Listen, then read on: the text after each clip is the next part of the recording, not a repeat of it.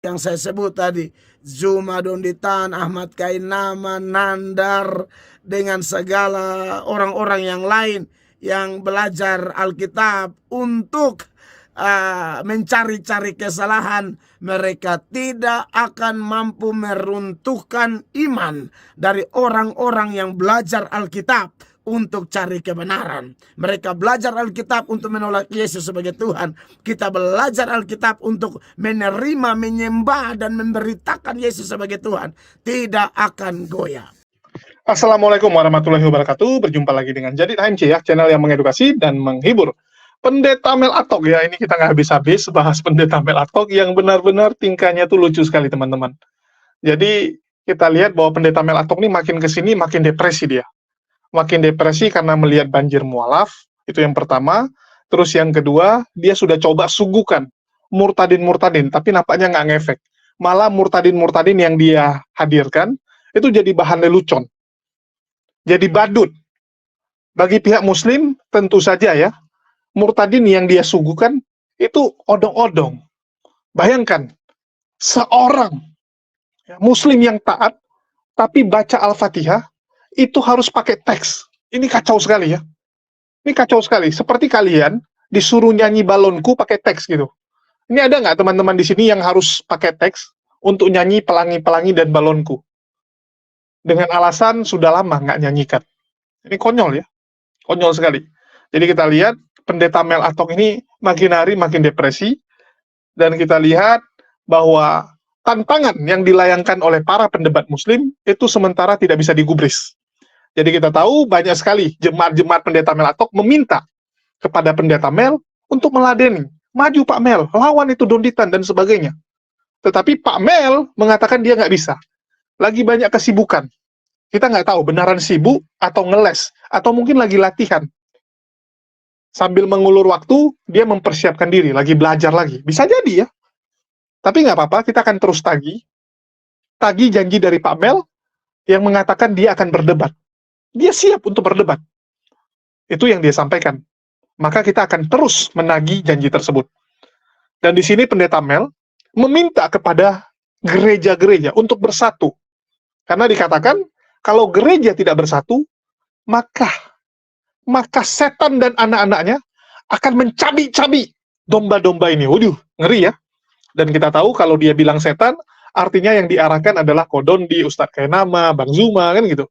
Itu yang dianggap setan oleh Pendeta Mel Atok. Jadi dikatakan, ini kalau orang Kristen masih baku hantam terus, maka nggak akan bisa menang.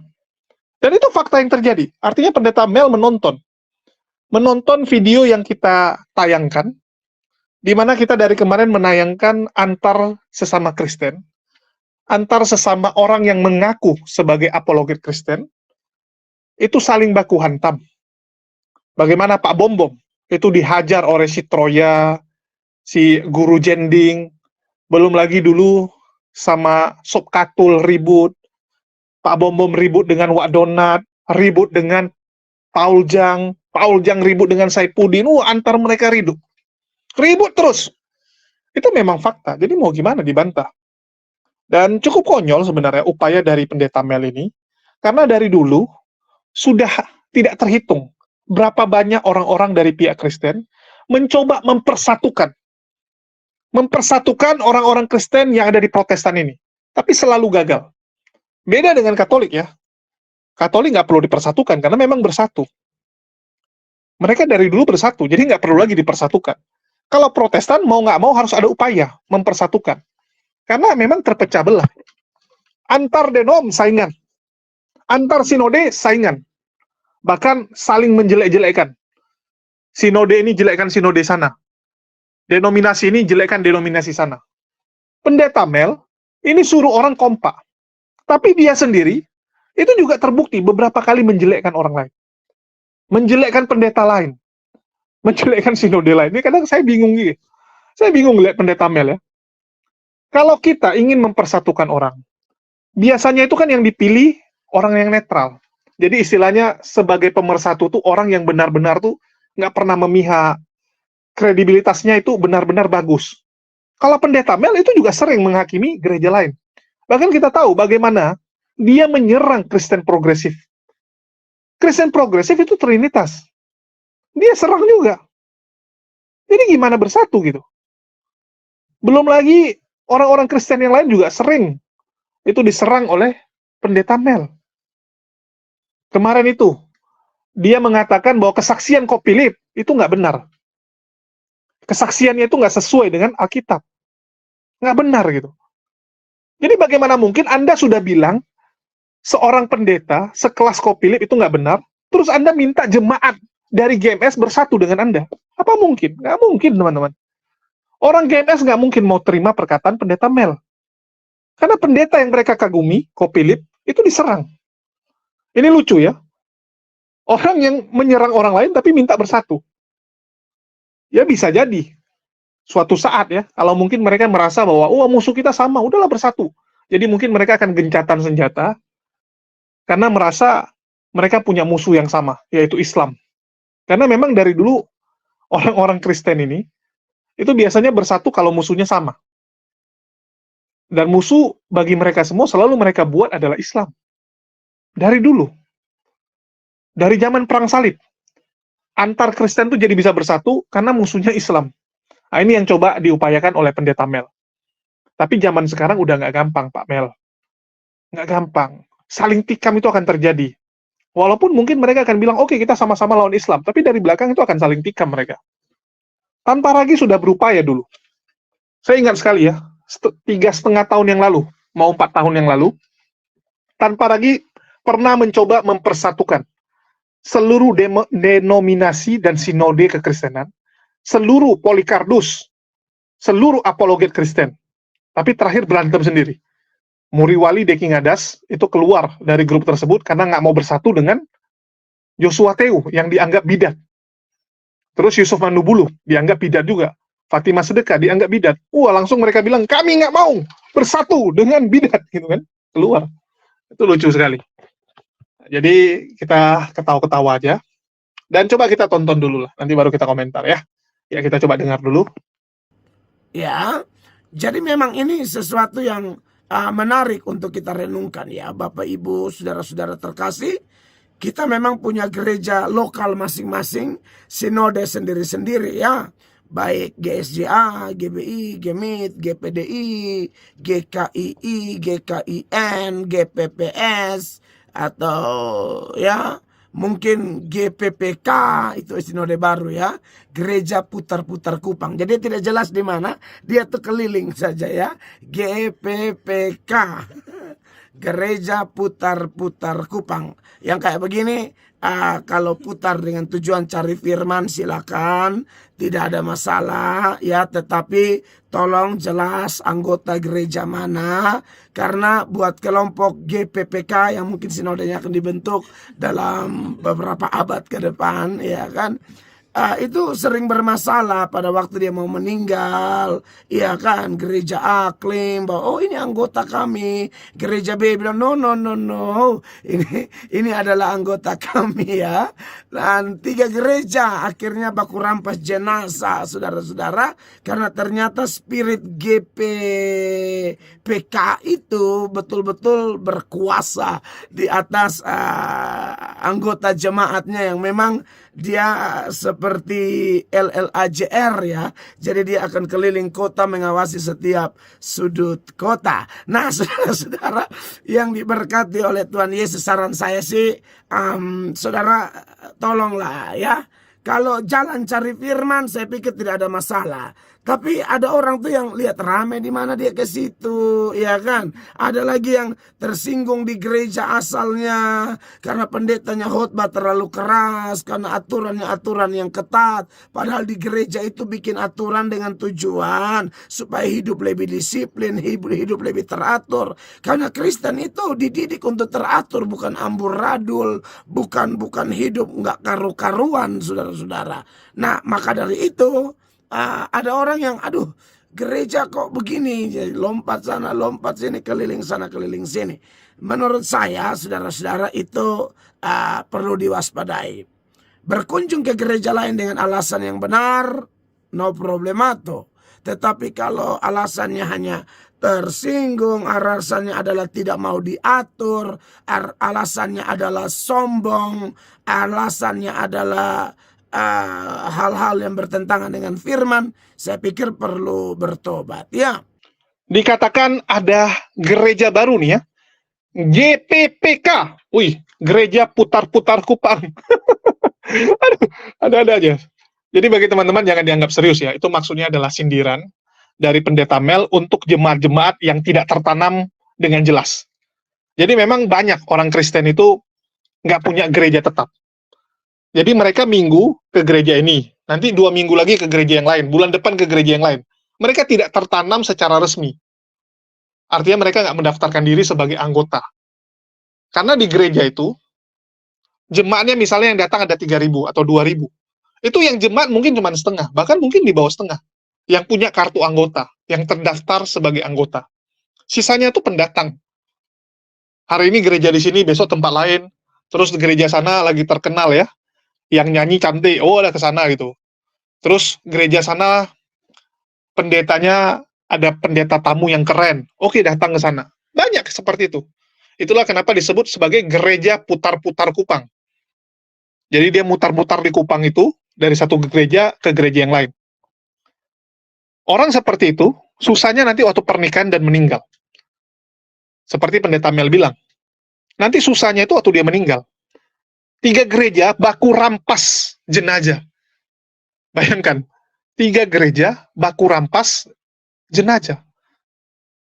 Tapi menurut saya, bukan baku rampas, tolak-tolak jenazah yang mungkin. Kecuali ini orang kaya. Kalau orang kaya jemaatnya, itu antar gereja mungkin baku rampas. Anaknya orang sukses, orang terpandang, mereka akan berlomba-lomba cari muka supaya anak-anaknya suka dengan gereja mereka. Akan terjadi baku rampas. Tapi kalau jemaatnya ini orang susah, baku tolak yang ada, Pak. Ini menurut saya. Dan sepengetahuan saya ya, Pendeta Mel, dan bagi teman-teman Kristen juga silakan kalian komentar. Setahu saya, itu kalau yang sukses, keluarga terpandang mungkin akan saling rebut. Tapi kalau dari keluarga yang susah, wah semua nolak gitu kan. Siapa yang mau buat ibadah penghiburnya? Udah, gereja sana aja. Oh, dia bukan tertanam di gereja kami. Oh, kamu bukan jemaat gereja kami. Anaknya juga bukan jemaat kami. Nggak mau kami bikin gereja ibadah penghiburan. Cari gereja lain untuk ibadah penghiburannya. Saling tolak. Jadi baku tolak nantinya ya. Lucu juga. Terus dia bilang orang memang seperti itu. Ragi rame di mana kesana dia. Banyak yang seperti itu.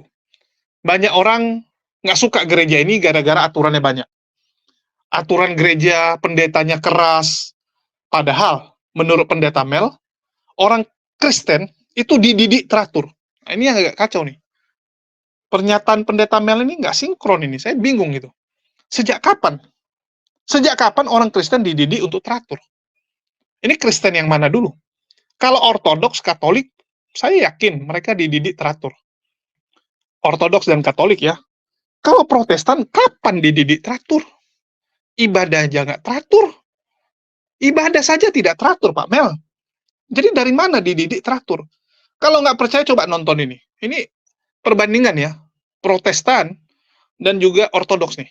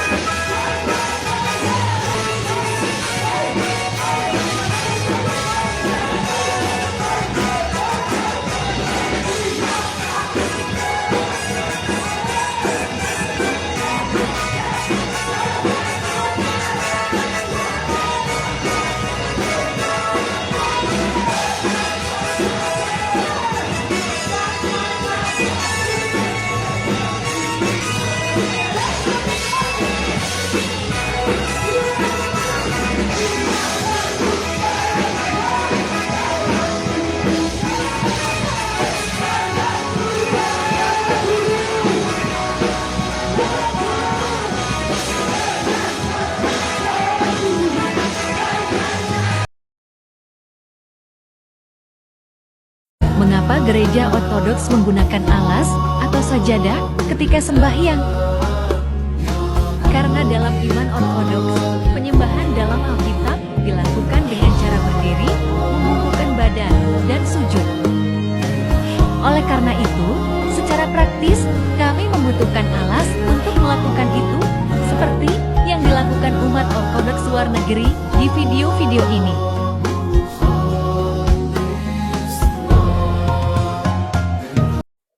Kemuliaan kepada Sang Bapa, Sang Putra, serta Sang Roh Kudus sekarang dan selalu serta sepanjang segala abad. Amin. Kemuliaan bagimu ya Allah kami, kemuliaan bagimu ya Raja Surgawi, penghibur roh kebenaran yang hadir di segala tempat, serta yang memenuhi segala sesuatu, harta simpanan segala yang baik, serta Sang Pemberi hidup, datanglah dan tinggallah di dalam kami, serta bersihkanlah kami dari segala kenajisan, dan selamatkanlah jiwa kami ya yang maha baik. Allah Maha Kudus, Sang Kuasa, Maha Kudus, Sang Bapa, Maha Kudus, kasihanilah kami. Allah Maha Kudus, Sang Kuasa, Maha Kudus, Sang Bapa, Maha Kudus, kasihanilah kami. Allah Maha Kudus, Sang Kuasa, Maha Kudus, Sang Bapa, Maha Kudus, kasihanilah kami. Dan kepada Sang Bapa, Sang Putra, serta Sang Roh Kudus sekarang dan selalu serta sepanjang segala abad. Amin. Ya Sang Tritunggal Maha Kudus, kasihanilah kami ya Tuhan, ampunilah dosa-dosa kami ya Sang Baginda, maafkanlah pelanggaran-pelanggaran kami ya Sang Maha Suci, kunjungilah kami dan sembuhkanlah kelemahan-kelemahan kami demi nama-Mu. Tuhan kasihanilah, Tuhan kasihanilah, Tuhan kasihanilah. Kemuliaan kepada Sang Bapa, Sang Putra, serta Sang Roh Kudus sekarang dan selalu serta sepanjang segala abad. Amin. Bapa kami yang ada di surga, dikuduskanlah kiranya nama-Mu. Datanglah kerajaan-Mu, jadilah kehendak-Mu di bumi seperti di dalam surga. Berikanlah kami pada hari ini makanan kami yang secukupnya. Dan ampunilah kesalahan kami seperti kami juga harus mengampuni orang yang bersalah kepada kami. Dan janganlah membawa kami ke dalam pencobaan, tapi lepaskanlah kami dari yang si jahat. Karena Engkaulah yang punya kerajaan dan kuasa dan kemuliaan, kepada Sang Bapa, Sang Putra, serta Sang Roh Kudus sekarang dan selalu serta sepanjang segala abad. Amin. Tuhan kasihanilah, Tuhan kasihanilah, Tuhan kasihanilah. Kasihanilah. Tuhan kasihanilah, Tuhan kasihanilah, Tuhan kasihanilah, Tuhan kasihanilah. Tuhan kasihanilah, Tuhan kasihanilah, Tuhan kasihanilah, Tuhan kasihanilah. Marilah kita menyembah dan bersujud kepada Raja dan Allah kita. Marilah kita menyembah dan bersujud kepada Kristus Raja dan Allah kita. Marilah kita menyembah dan bersujud kepada Kristus sendiri Raja dan Allah kita. Beda sekali kan teman-teman? Kalau ortodoks, kalian sampai lihat itu. Itu memang mereka tuh cara ibadahnya tuh baku. Ada aturan jelas. Bahkan ortodoks, ya, itu yang Mesir, itu pakai sajadah. Bayangkan, mereka juga punya sajadah. Kalau ortodoks yang lain, ya mereka ibadahnya tuh ada waktunya, 7 kali. Bahkan cara ibadahnya juga ada, sujud, menyembah juga. Dan kalau kalian lihat tadi kan, loh ini kok mirip Muslim. Kalau orang awam, bahkan mungkin yang Muslim, ya pasti bilangnya, ini kok niru kita gitu kan. Karena saya kemarin dikirimin ini video, terus ada beberapa teman-teman nanya, Bang, ini kok mereka niru gitu? Ini penghinaan ini gitu kan. Ini sholat, tapi kok hadapnya ke Yesus gitu. Enggak, itu ortodoks. Ortodoks memang seperti itu.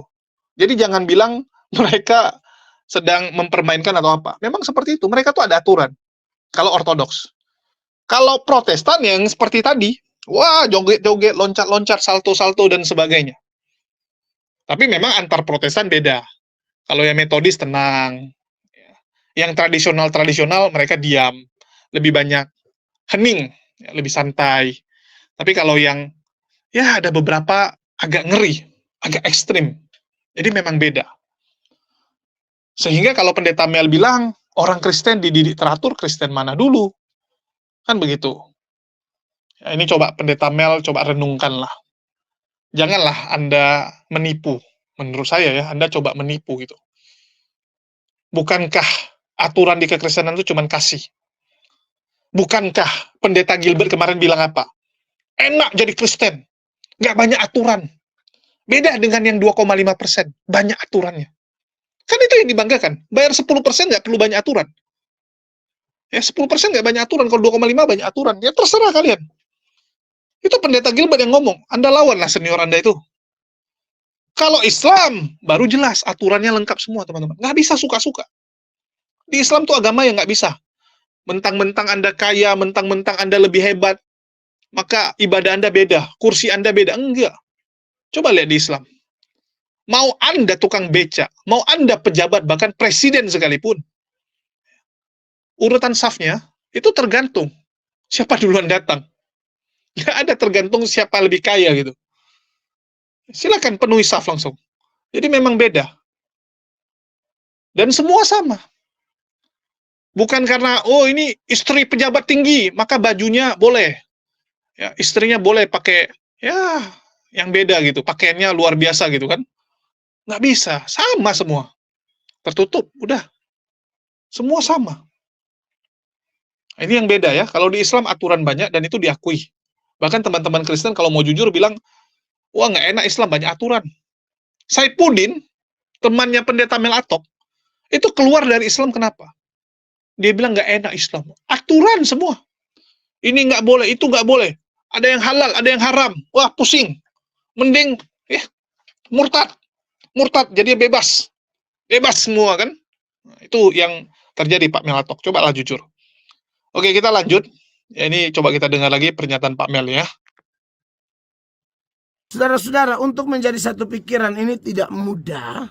Maka dari itu ada langkah-langkah yang tentunya kita akan ambil, saudara-saudara, bagaimana supaya bisa bersatu. Yang pertama, tidak bisa tidak, kita harus berdoa untuk mencapai persatuan pikiran seperti itu. Makanya dalam doa-doa kita di gereja kita masing-masing atau doa pribadi, saya sarankan ya Bapak Ibu tolong doakan buat persatuan gereja dalam hal ini. Ya, gereja harus satu pikiran dan itu harus dibawa dalam doa. Saudara sudah belajar ya bagaimana Tuhan Yesus itu salah satu pokok doanya supaya gereja itu menjadi satu, saudara-saudara. Ya, satu di situ saya yakin bukan satu sinode. Bukan. Satu di situ bukan berarti satu gereja lokal.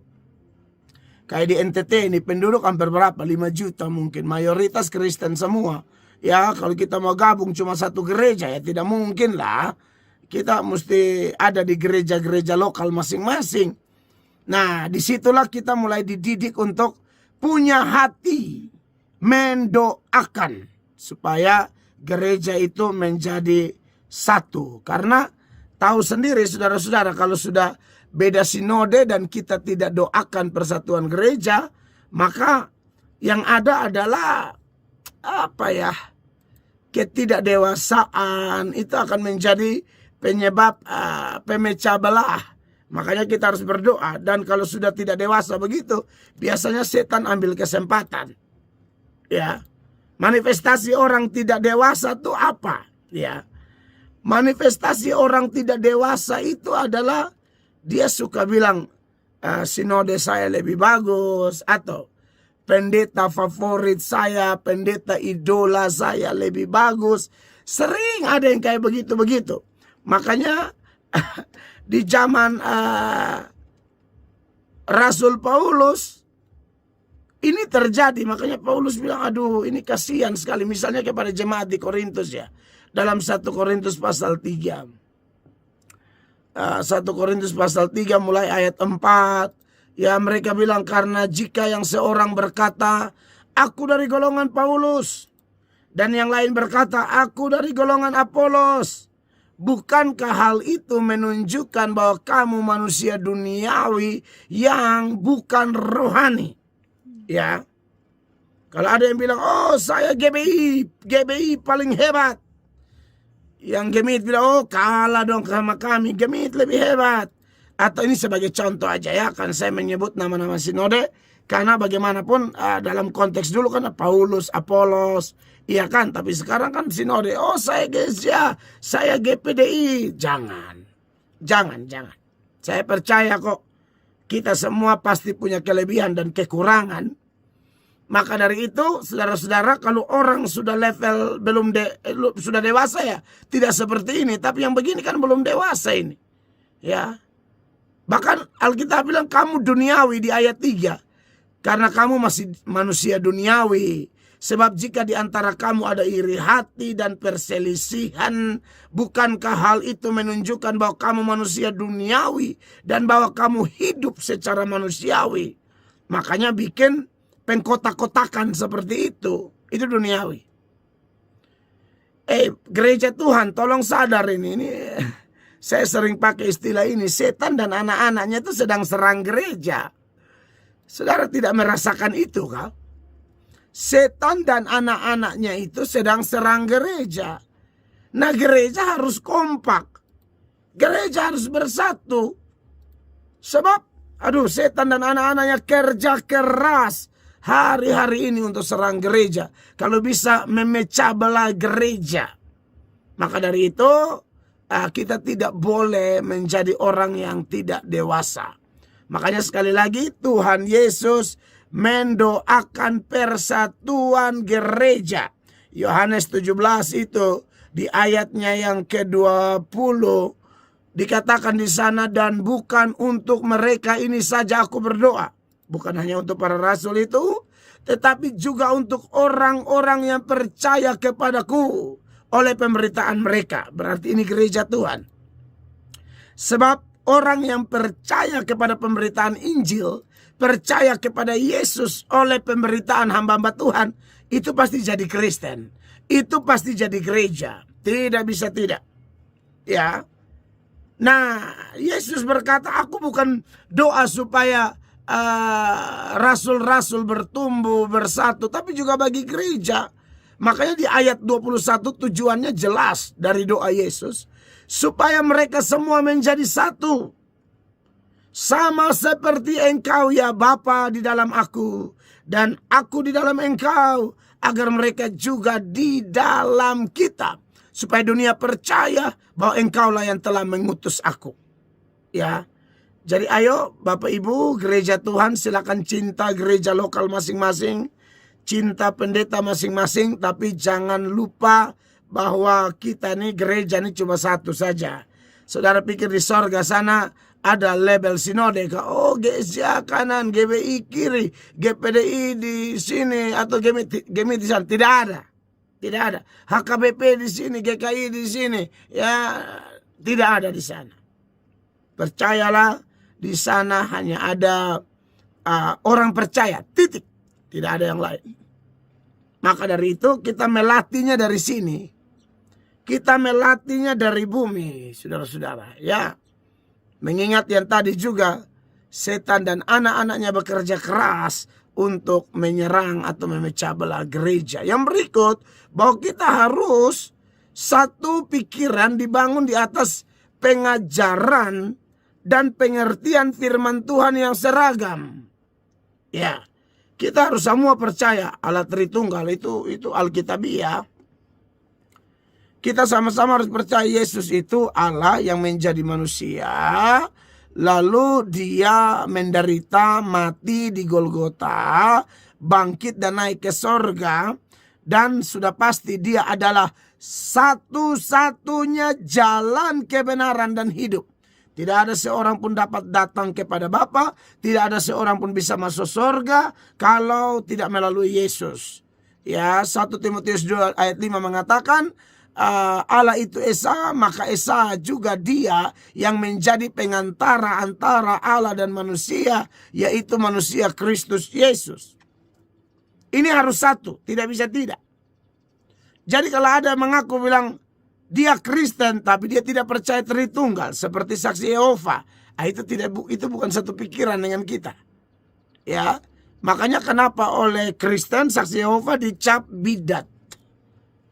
Tidak bisa. Kita percaya Tritunggal, dia tidak percaya Tritunggal. Bagaimana? Padahal konsep Tritunggal itu sangat-sangat Alkitabiah. Saya bisa khotbah khusus itu sebenarnya. Ya. Jadi ajarannya harus seragam. Begitu. Dan yang seragam sini adalah doktrin-doktrin mendasar. Ya, soal liturgi, itu beda boleh. Yang satu tepuk tangan, yang satu diam, tenang, himne, no problema tuh.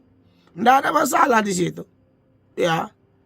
Saya suka juga kok sekali-sekali tenang, ibadah tuh tenang, diam dengan himne aja, aduh indah sekali.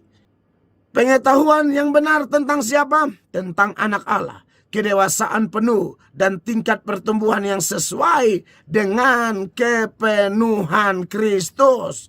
14. Sehingga kita bukan lagi anak-anak yang diombang-ambingkan oleh rupa-rupa angin pengajaran, oleh permainan palsu manusia, dan kelicikan mereka yang menyesatkan. 15. Tetapi dengan teguh berpegang pada kebenaran. Di dalam kasih kita bertumbuh di dalam segala hal ke arah Dia, Kristus yang adalah kepala. Jadi kita harus satu dalam pengajaran ya. Sebab kita lihat saja ini orang-orang yang non-Kristen saja sekarang belajar Alkitab. Ya, mereka mau coba-coba kasih runtuh iman Kristen.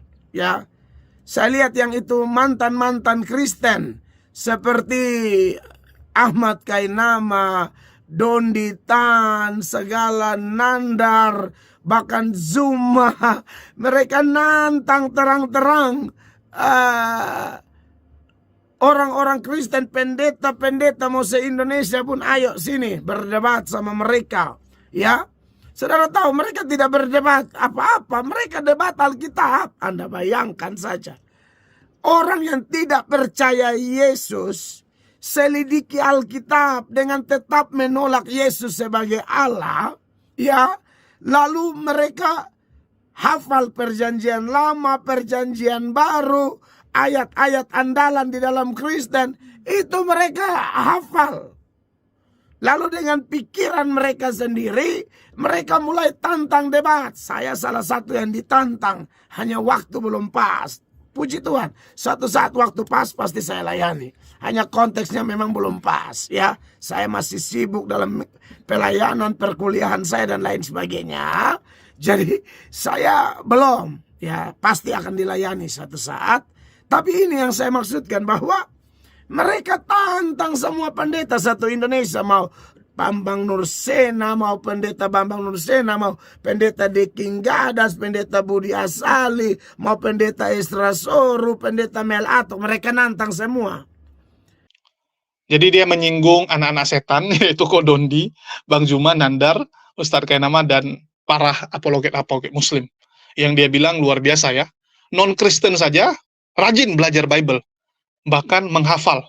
Menghafal itu ayat-ayat yang ada di Bible. Ini saya akan bahas di konten berikutnya, masalah pernyataan dia ya.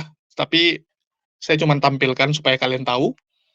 Dan di sini pendeta Mel mengakui, ya, mengakui bahwa terjadi perpecahan di antar kekristenan hanya karena merasa pendeta saya lebih jago, pendeta saya lebih hebat dari pendeta kamu. Dan itu benar terjadi. Banyak sekali orang membanggakan pendetanya lebih bagus dibandingkan pendeta temannya. Banyak sekali orang merasa bahwa gerejanya lebih bagus. Wah, gereja saya lebih keren, gereja saya lebih hebat.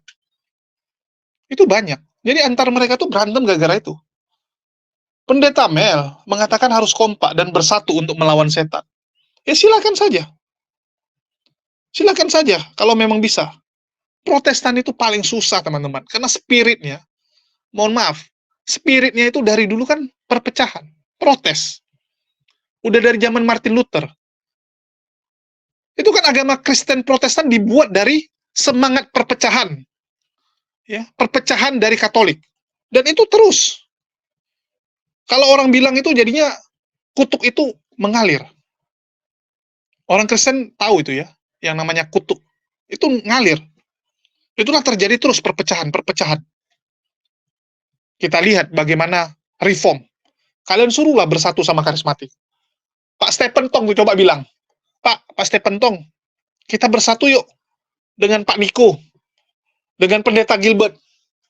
Apa pendeta Stephen Tong bilang? Sesat kau, pasti disepak kalian ya. Coba kalian tes itu. Muri wali kalian bilang karismatik itu benar, disepak kalian, coba tes. Apalagi pendeta Stephen Tong. Itu pendeta Stephen paling keras menentang orang karismatik.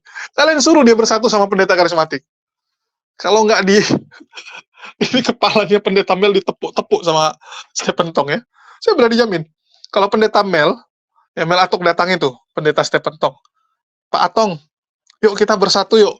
dengan Pak Niko, Pak Gilbert gitu ya. Kita tunjukkan bahwa Kristen itu kompak. Itu pendeta Mel tuh langsung ditampar. Mungkin langsung ditampar ya. Keluar kamu dari sini ya. Kalau suruh pula kami bersatu dengan yang orang-orang sesat ini. Itu bidat itu ya. Bidat sesat itu. Jadi nggak bisa. Jangan Anda pikir Anda nggak bersatunya itu dengan saksi Yehova saja. Enggak. Antar Trinitas saja nggak bersatu kok. Antar Trinitas, antar Denom itu, aduh ampun.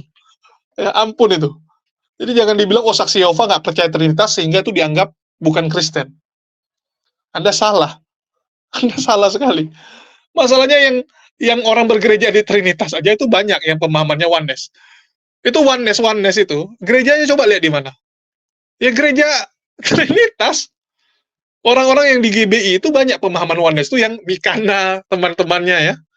Si Bililin, terus si Samuel Sian, Joshua Teu, itu gerejanya gereja apa? Gereja Trinitas mereka. Menyusup mereka itu. Jadi kalau dibilang itu mereka numpang inang. Mereka jadi parasit menumpang di gereja-gereja Trinitas. Itu gimana gitu? Gak akan bisa. Ya. Beda sinode pasti akan berantem. Membanggakan sinodenya.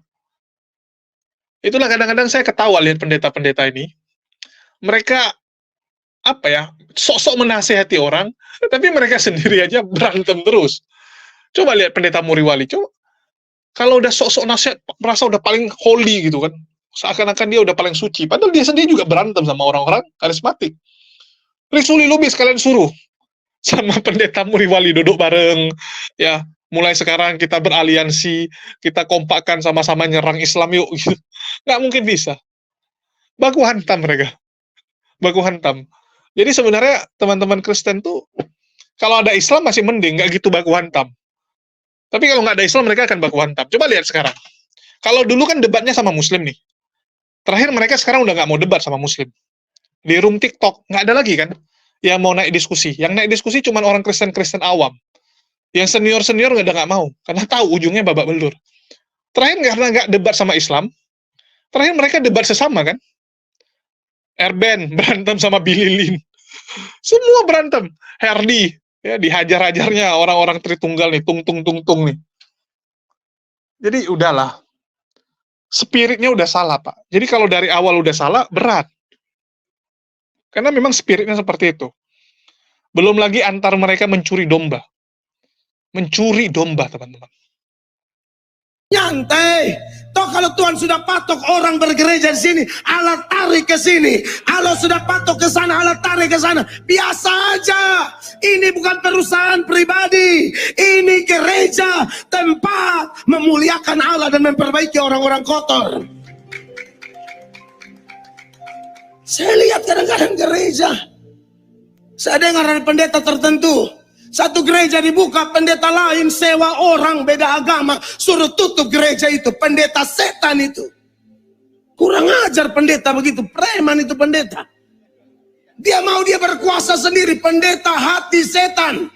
Sorry to say. Bukan lagi mencari jiwa, mencuri jiwa. Saya katakan dari mimbar ini, semoga ada yang mendengar. Ngeri loh, ngeri. Ya, bayangkan gereja yang sudah ada disuruh pergi karena ada gereja yang mau buka. Buka dong gereja di Papua sana, kita dukung bareng-bareng, amin. Ya, depan udah ada gereja, buka di depannya, depan-depanan. Bahkan ini tempat yang sudah ada gereja, suruh pergi karena ada satu gereja yang lebih buka, yang lebih berkuasa. Saya tuh hati saya, biar nggak apa-apa saya curhat di sini. Mumpung ini tayang di DB TV biar semuanya nonton di DB Restoration. Apa sih yang kita cari? Apa sih yang hamba-hamba Tuhan cari? Apa sih yang orang Kristen cari? Toh pada akhirnya kita semua akan berdiri di hadapan tahta pengadilan Kristus. Kalau memang tujuannya cari jiwa, kenapa harus seperti itu? Sedih loh saya tuh. Sampai mau tidur tuh saya kepikiran. Ya sampai saya bilang sama suami saya mau syuting di YouTube. Saya mau ngomong soal ini. Saya mau sebut nama itu pendeta. Suami saya bilang, sabar say, jangan. Padahal pendeta Mel sendiri mengakui kan, orang Kristen itu, antar mereka itu bisa nyuruh orang lain untuk mengganggu pembangunan gereja yang lain. Pendeta setan itu dia bilang. Itu pendeta setan, pendeta Mel mau nggak berkoalisi dengan orang seperti itu? berkoalisi, berteman, bergabung dengan pendeta yang suka ngerecokin gereja lain yang lagi dibangun. Mau nggak pendeta Mel? Saya rasa nggak mau dia kan? Nggak akan mau. Jadi udahlah. Ya, udahlah. Jangan Anda coba lagi mempersatukan sesuatu yang nggak bisa disatukan. Itu ibarat minyak dan air itu. Nggak bisa disatukan. Mau gimana Anda satukan? Masing-masing akan jalan sendiri. Ya sudahlah. Dan memang repotnya di Protestan seperti itu. Kenapa gereja di Protestan tetap kurang di Indonesia? Padahal banyaknya minta ampun. Dan banyak juga yang tutup. Karena antar denom tuh merasa mereka yang benar gitu. GBI akan berupaya membuka seluruh GBI di seluruh Indonesia. Bahkan kalau perlu per kabupaten, kecamatan ada dia. Walaupun di situ mungkin sudah banyak gereja ya. Mungkin kotanya kecil, daerahnya kecil. Ya, mungkin orang Kristen cuma ada 60 orang. Dan 60 ini sudah bergereja di gereja lokalnya. GBI lihat, oh masih bisa, dia akan buka. Dia nggak peduli, walaupun nanti gerejanya itu akan pecah dua gitu kan. Jemaatnya setengah-setengah ke sana. Karena bagi mereka harus jangkau gitu. Beda dengan Katolik. Kalau Katolik ya satu aja. Satu aja gitu. Kalau Protestan berat lah Pak. Nggak mungkin. Itulah kenapa sampai sekarang itu, kalian bisa lihat selalu bermasalah pembangunan gereja. Kenapa pembangunannya bermasalah? Ya seperti dibilang. Yang nggak senang nanti gereja lokalnya. Dia suruh orang lain gangguin pembangunan gereja tersebut. Karena dia nggak mau ada saingan. Orang seperti itu bisa nggak bersatu? Coba kalian pikirkan. Bisa nggak bersatu yang udah semangatnya seperti itu? Ya. Itu aja sih yang bisa saya sampaikan. Kalian yang nilai sendirilah. Lucu-lucu aja kalau saya lihat. Ini seperti mempersatukan minyak dan air. Ya, tapi kalau bisa nggak apa-apa. Umat Muslim juga nggak peduli kok, kalaupun mereka bersatu atau tidak. Ya kita cuman jadikan ini konten lawakan. Kenapa saya ambil ya? Kita ambil lawakannya aja. Upaya dari mereka kan gitu. Oke, mungkin itu aja dari saya. Makasih buat teman-teman semua yang udah nyimak dan mendukung channel ini. Makasih buat semuanya. Di akhir kata saya ucapkan wassalamualaikum warahmatullahi wabarakatuh. Sampai jumpa di lain kesempatan.